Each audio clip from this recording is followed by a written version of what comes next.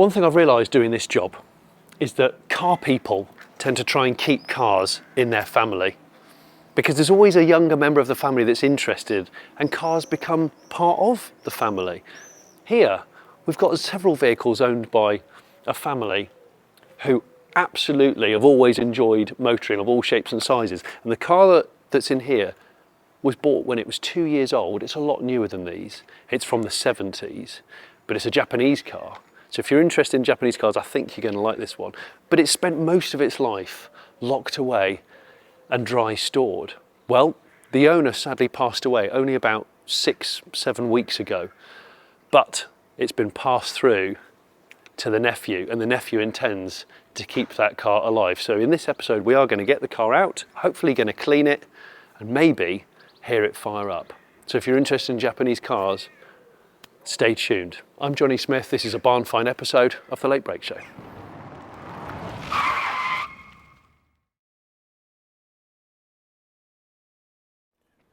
So Graeme, I've just walked past these cars in the yard here, which are yours? Yeah, these two are, yeah. Yeah, so you've obviously, this whole car thing in your family has been around a while. This is your uncle's car?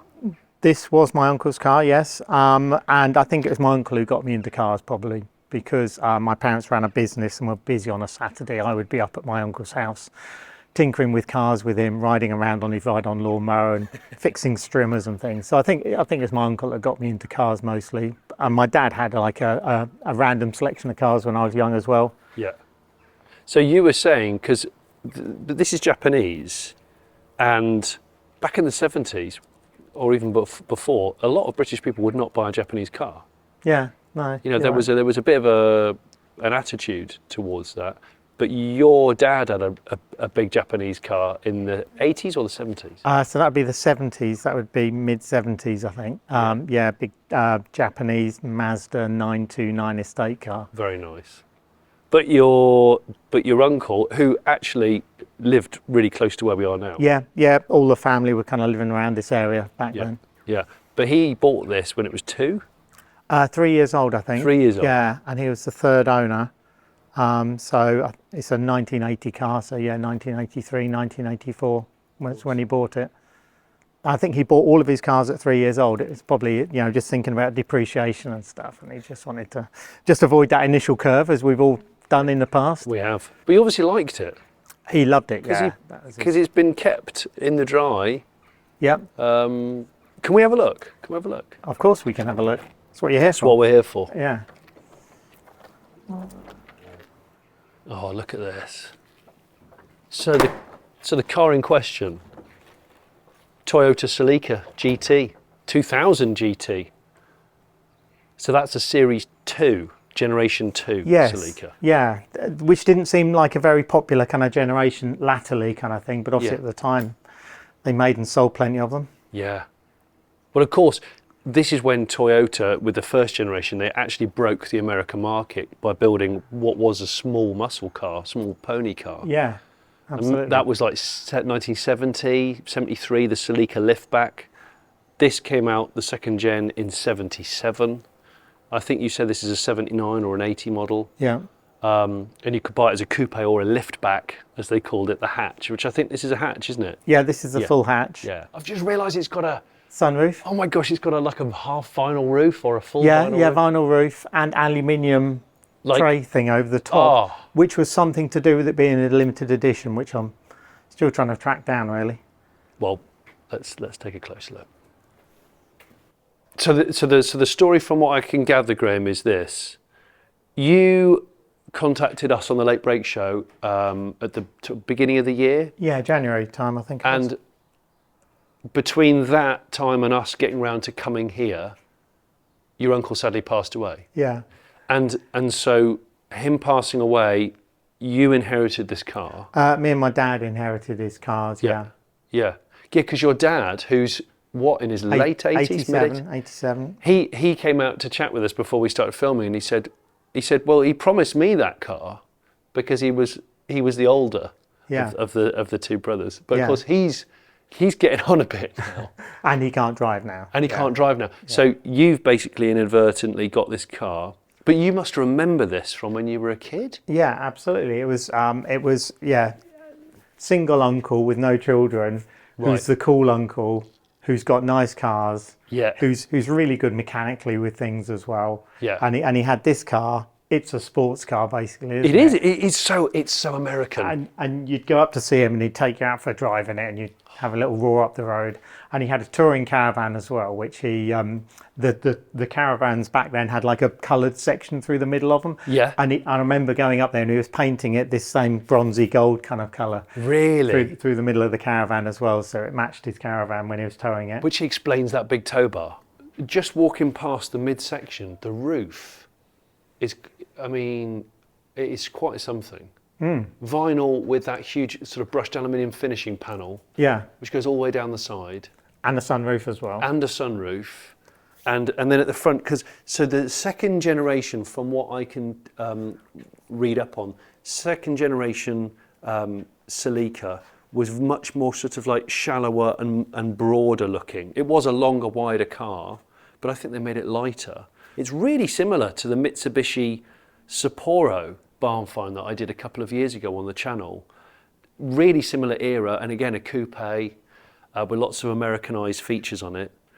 But for full transparency, this car has just been moved not long ago from your late uncle's garage. Yes, that's which right. is just Yep. down the road. Yes, a couple of miles away maximum, where it had been in storage for 30 something years Yeah. in a dry garage. So And we've got photos of what it looked like, but what I wanted to do, I still wanted to come and film the car because I think it's just a really glorious survivor. So you said, well, I'll move it and not do a damn thing to it. Clearly haven't cleaned it. And then just push it into your dad's garage and we can still film it. So, but I wanted to be completely open about that because it's a similar looking garage actually yes, absolutely. to your uncle. And you said your uncle built a garage for this car. Yeah, and it was an immaculate garage as well. So I know I've seen on some of your barn finds, you've got things on top Oh of my cars gosh, everywhere, and you've got to excavate them out. But Yeah. it was just in a wide open double garage basically. Yeah, Well, your dad and your uncle are obviously tidy people, yeah, aren't they? So I think what we'll do is we know it rolls freely. We don't know it runs because it's not been run for... I think he started it about 5 years ago, Right, or had it turning over Right. and firing. but you hasn't- weren't there for that. No, You don't... Right, no. okay. And until then, I mean, it's never been out of that garage for 30 odd years. Yeah. That's mad. So we'll pump up. I mean, it's definitely one flat. We'll pump up at least one of the tyres. Get it out into the sunshine.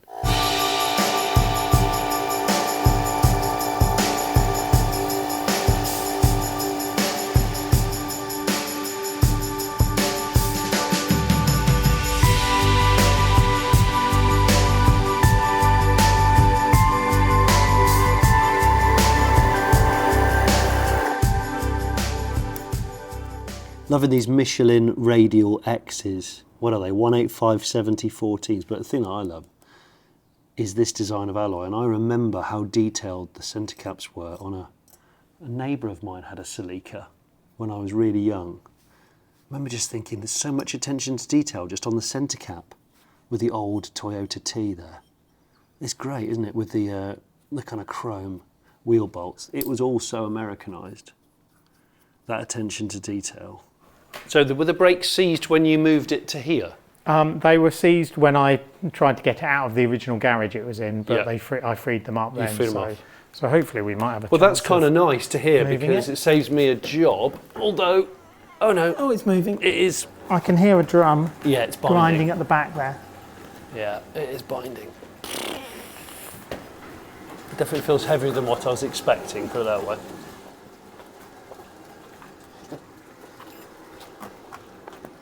Gosh, look at it. Oh my word. It's not quite gleaming, is it? Graeme, this is amazing. It's not missing any parts. You know, it's not missing any of the trim, because there's a lot of trim on these cars. A lot of knickknacks. Yeah, a lot of shiny things. Yeah, because I think that was part of the sales pitch. It just looked loaded. Wow. Yes. Beaded seat cover, check.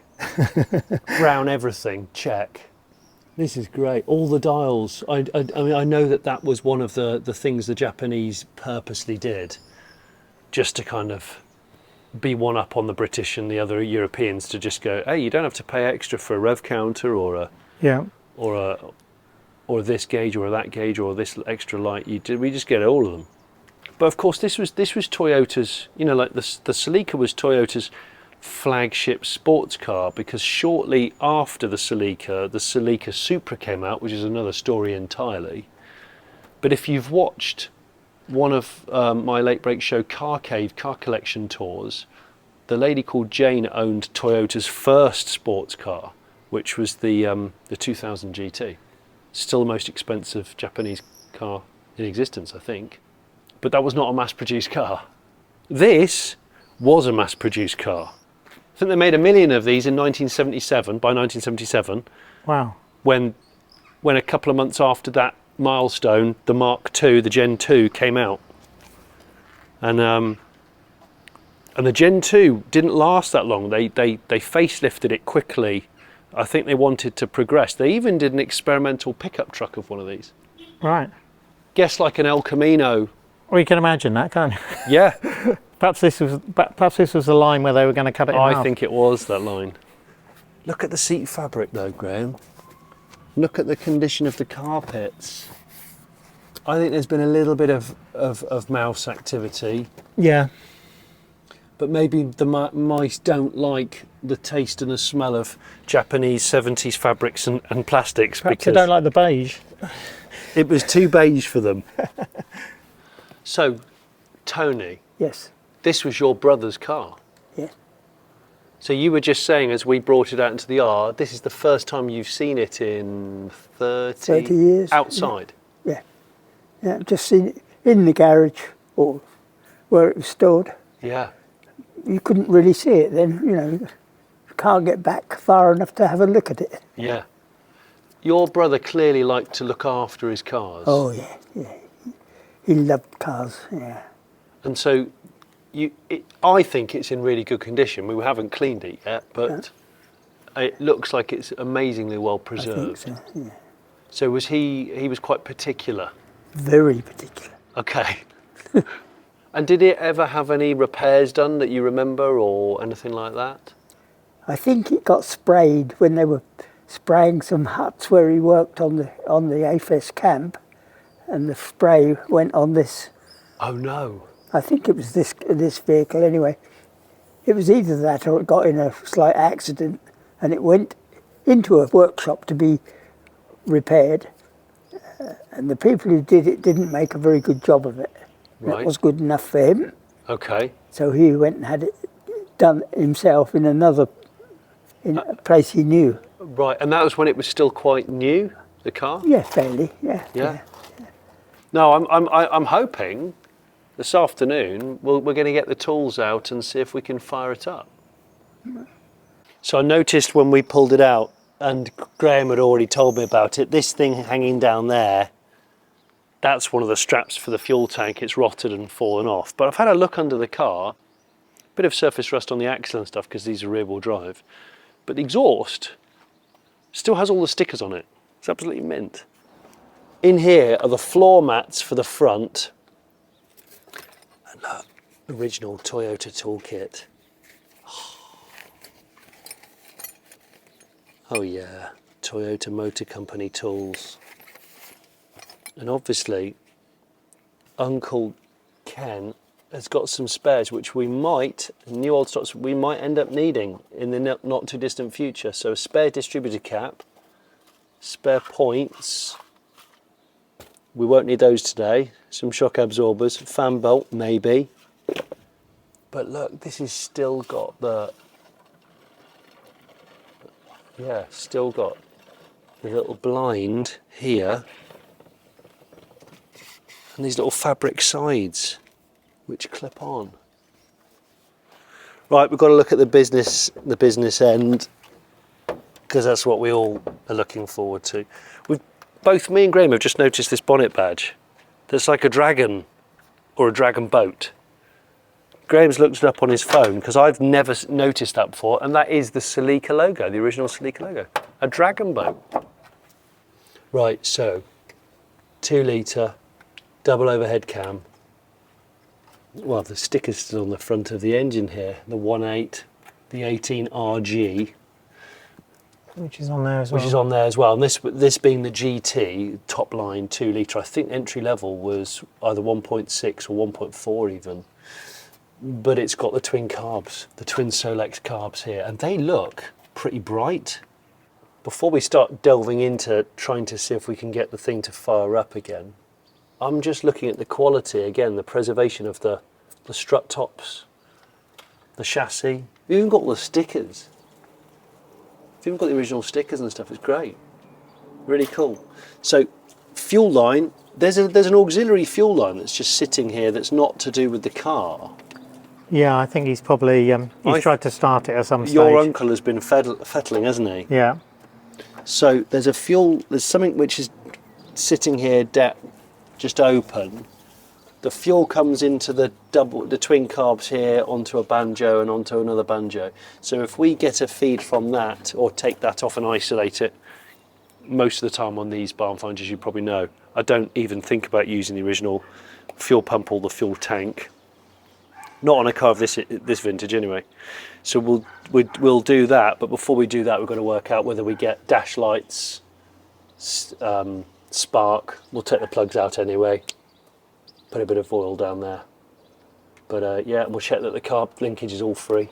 So I'm guessing that battery is long dead. We need to take that battery off. And there's lots of. I'm a bit worried about Uncle Ken's auxiliary wiring.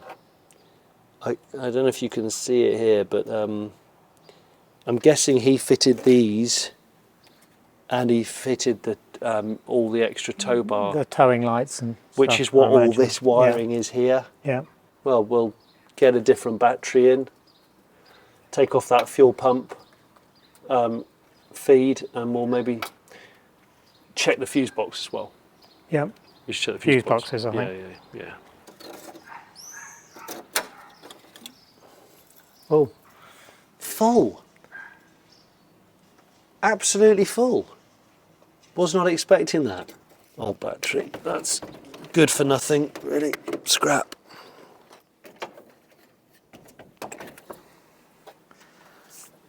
Okay, and the distributor's in a good place as well, actually. Accessible. Yeah, that is nice. That pleases me immensely. right. Should we see if we've got any electric then? Just see if we get any lights. Yep. No lights. No, nothing. Nothing. Yeah. Here we go. Put the pins across. But if you want to put the multimeter across it. Yep. So that's all good. That's all good. I think we should trace from the battery Yeah, I do. end of things. I'm not saying that your uncle's wiring is dodgy, but you definitely need to trace that. Is there a master fuse up here? What's this thing here? That's, Yeah, that's fuses.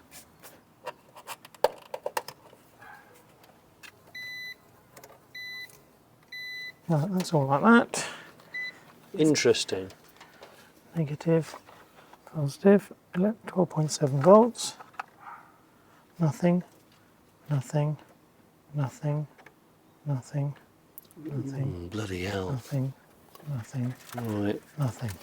Right, So we've got bigger fish to fry. so on. this is positive.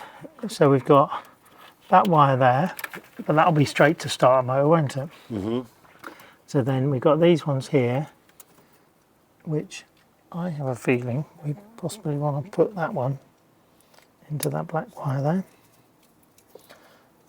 Look out for flames. At least we're outside anyway. We're not going to burn down shed down, are we?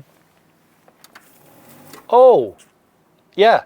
Immediately the blower fan blew a load of leaves out at me. Oh, really? Yeah, Well, so I just bet- turn it off for now, Let me because I'm turn just it going to off. redo a connection on here as well that's a bit loose. I'm really excited because I was. Now you're excited, aren't you? Yeah, because I can't stand electrics. Now we can do other stuff. I can't Is it bear- turned off now? It's turned off. You Can can. put the fuse cover back on. Yeah. I'll put this one back on. If you've got a car that you think would be of interest for a late break show barn find, get in touch with us. There's an email address in the description. Tell us what it is, maybe share some pictures, a backstory. And I could be coming over and wire brushing myself on your front garden in the not too distant future. So again, as normal, plugs out. We're going to clean the plugs up. Graham's just drizzling a little bit of oil down each bore, just so that when we do initially get to turn it over on the starter motor with no compression, it'll lubricate it and just eliminate any wear.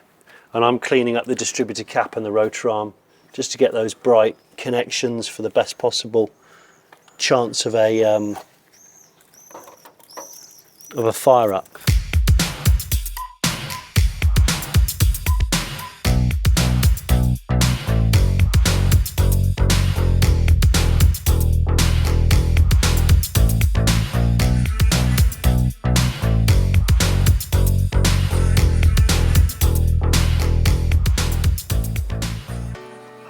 So if you just turn it over, and the fuel pump's not going to drag in anything that we don't want, do we? The fuel pump's can't drag anything because it's attached to this. Yeah, and that's empty. And this is empty. Right, okay. So in theory, we can go for a turnover now, assuming that the starter will engage. Are we all happy to try that? Yep. Oh my gosh, Graeme. What? The electric aerial works. Oh, brilliant. Look. At last. It's got this little button.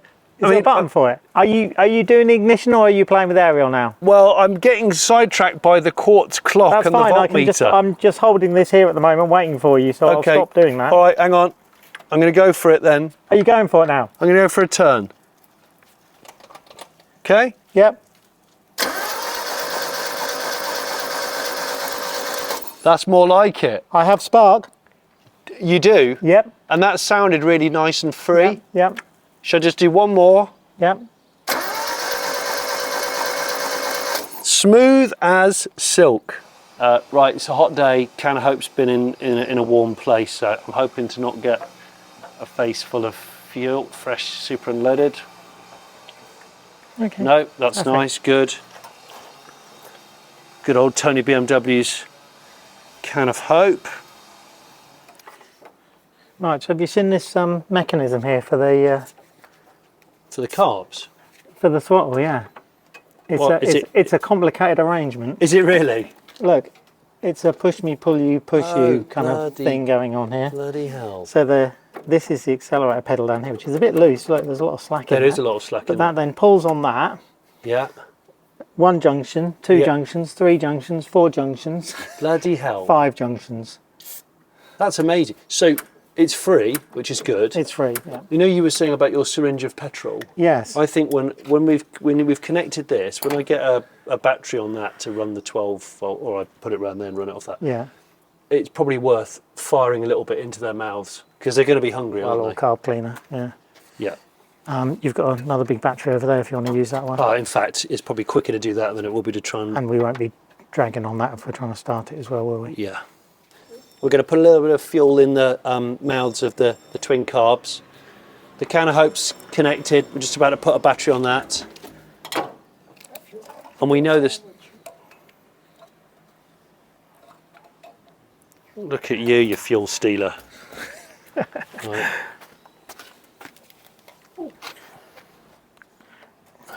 Do you want to fire up and we'll just check for fuel leaks?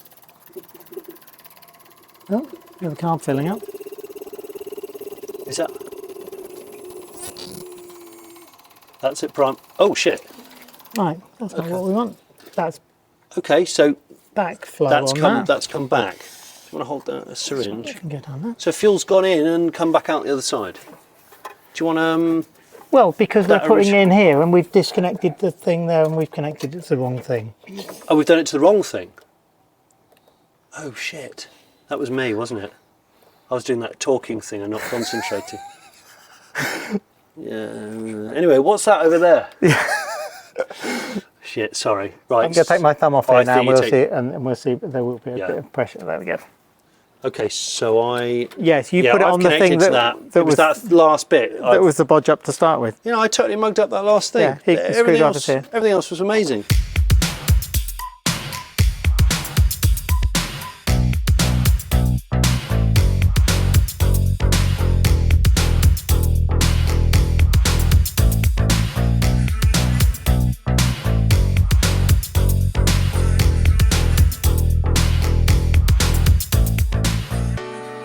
Do you want to go for a fire up? Can do. Do you want to go at the business end? And Yeah, I'll just all right. check for... Do you want me to syringe it a little bit, or Oh yeah, you can do. do you just give it a little tickle, do you? Yeah, just do 2 of them or something.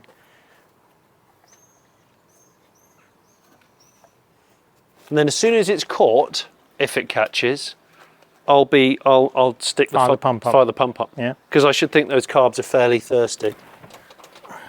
Ready? Whoa! Hang on, what was that? A ton of fuel just flew out of... Oh, it's the fuel pump. We need to plug that fuel pump because it's just... I'm lucky my face wasn't there. Well, it's only gonna pump its contents, but yes, we can block that, can't we? I mean, it just glugged all Right. over here. Oh, well done. I'm So glad can I we was at put the other that- end. Can we put that... You know that other pipe we had? This one.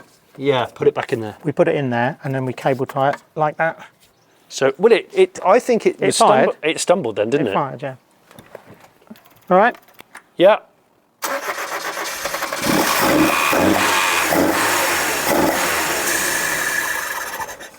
Bloody hell. Anything? Yeah, good? well, it was instant. No, it was no trauma, no Sounded fuel. all right, didn't it? Yeah, but it blew out a load of cobwebs and A things. load of stuff came out the back end. Yeah. That's pretty cool, isn't it? All right, I reckon if we just see if it'll just idle. Yep. I think it will. Yeah. Oh, but I did just give it a few revs just to get it up. Remember the choke's on as well. Pump on.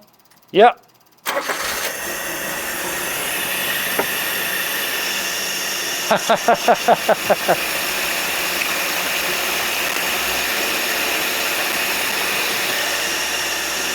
How good's that? That's off choke as well. That's off choke. It's running really? quick. That's a fast idle for no... Might be a sticky throttle. No, it's all the way down. That's good, it's off choke, isn't it? Yeah. Any smoke? No.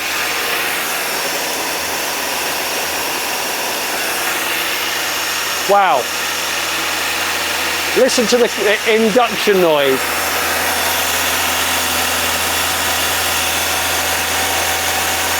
Just see if the throttle's stuck.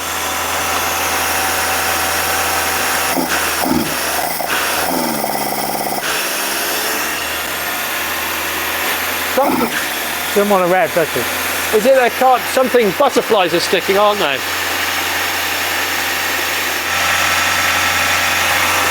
Can't reach them. Did it?